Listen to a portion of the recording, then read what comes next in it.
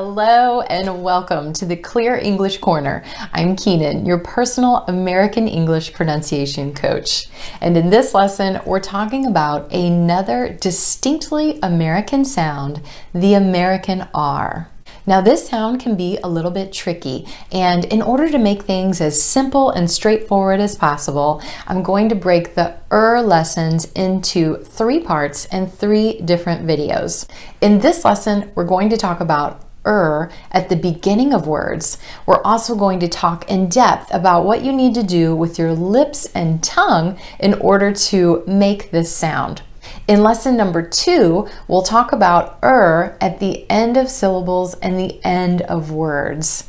In lesson number 3, we'll talk about at the end of syllables and the end of words when it follows a vowel sound. So in lesson 3, we're talking about vocalic or vowel colored R. You can get to each of these separate lessons by clicking on the tags that are floating above my head, and I will also share links to these lessons in the video description. Here on the Clear English Corner, we're talking about all things American English pronunciation related. So if this is something you're studying and looking to perfect, you have found the right channel. So be sure to subscribe and tap the bell so that you'll receive notifications anytime a new lesson is published. All right, so let's dive in to at the beginning of words. We're going to talk about 3 things when we talk about how to make this sound. We're going to talk about what you're doing with your tongue, what you're doing with your lips, and finally the tension that's involved in making this sound. Let's talk about what you're doing with the tongue. You want the sides of your tongue to be touching the inside of your back top teeth. Now, if you're not sure what I mean, try doing the vowel sound E, E. When you make the E sound, the sides of your tongue are pressed against the inside of your back top molars, the back top teeth. Try it with me. E, E. Do you feel how the sides of your tongue are pressing against your upper teeth? E, E. You can actually use the E sound to work into the by saying the word ear, like this thing on the side of my head. Ear, ear. That E sound can help you get your tongue in the right position. Okay, so the sides of your tongue are pressed against your back top teeth. What is the tip of your tongue doing? This can be the source of some of the confusion with R, because you'll hear some people talk about the tongue tip being up, and others will talk about the tongue tip being down. The fact is, native American English speakers use both of these positions in order to articulate the R sound, and they're both correct. When I'm coaching my students, I encourage them to go for the position where the tongue tip is up. And I do this for 2 reasons. Number 1, it's easier to articulate the sound this way. And if we're already having a little trouble with the sound, why make it more difficult than it needs to be? A second reason is a lot of you are already articulating this sound or approximating this sound with the tongue tip up. So it makes sense to start from there. Okay, so the tongue tip is up, but here's the key. You want to make sure that your tongue tip is not touching anything on the upper mouth. It's not touching the back of your teeth, it's not touching the alveolar ridge, and it's not touching the roof of your mouth. There's space between the tip of your tongue and the top of your mouth as you make the sound. I actually like to use a spoon to demonstrate the position of the tongue for making the sound. So it's like you're making a small spoon shape with your tongue. The sides of the tongue are pressed against the back top teeth. The tip of the tongue is curled up, but not touching anything, just pointing up slightly, pointing toward the alveolar ridge, but not touching it. The tongue shape is making just a small little bowl, like this shape of this spoon. Another sound that you can use to help you work towards the R sound is the sh sound.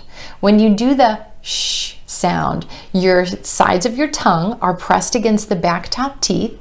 The tip of your tongue is up and pointed towards the alveolar ridge, but it's not touching it or tapping it at all. Shh. So you can try the word sure. Sure. Sure. Okay, so now that we know what our tongue is doing, what are the lips doing for this sound? The lips for especially at the beginning of words, are rounding out. The corners are coming in and the lips are pushing out away from the teeth. Okay, we've talked about the tongue position and the lip position for this sound. Let's talk about the tension. When we talk about tension, what I mean is your jaw, your tongue, and your lips are tight for this sound. This is different than compared to, say, an n or ol sound. For both the n or in, ol, or L sounds, the jaw is relaxed, the tongue is up, connecting with the alveolar ridge, but it's not tense, it's more relaxed. And the lips are not rounding at all for those sounds. They're relaxed. Ol, n. Very different for the sound, where our jaw tenses up, the tongue is tense and pulled back, and the lips are rounded and tense. Can you see the difference there? Okay, so just a recap. The tongue, the sides of the tongue are pressed against the back top teeth. The tip of the tongue is pointed up towards the alveolar ridge, pointed up, but not touching it, not connecting with anything at the top of the mouth. The lips are rounding out, and the jaw, tongue, and lips are tense. So let's practice this sound in some words. As you're practicing this sound, I encourage you to stretch the sound out, which is helpful for a couple of reasons. First, if you're trilling the sound, you're not going to be able to hold that sound out. So if you can stretch the sound, you know you're getting the American R. Also, by stretching the sound out, it gives your ear a chance to hear when you're hitting that American R sound. All right, so let's practice this sound in some words together. Here we go. Read. Read. I love to read. Really, really, really easy. It's really easy. Ready, ready. Are you ready? Right, right. Got it right. You've got it right.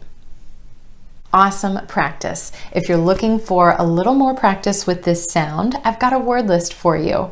100 common American English words with at the beginning. You can get your list by clicking on the link in the video description. That's a wrap for our lesson on at the beginning of words. Remember, there's 2 more lessons coming. At the end of syllables and words, and also vocalic R. So be sure to tune into those lessons so you have the full scoop on this sound in American English. As always, thanks so much for tuning in, and I'll see you next time.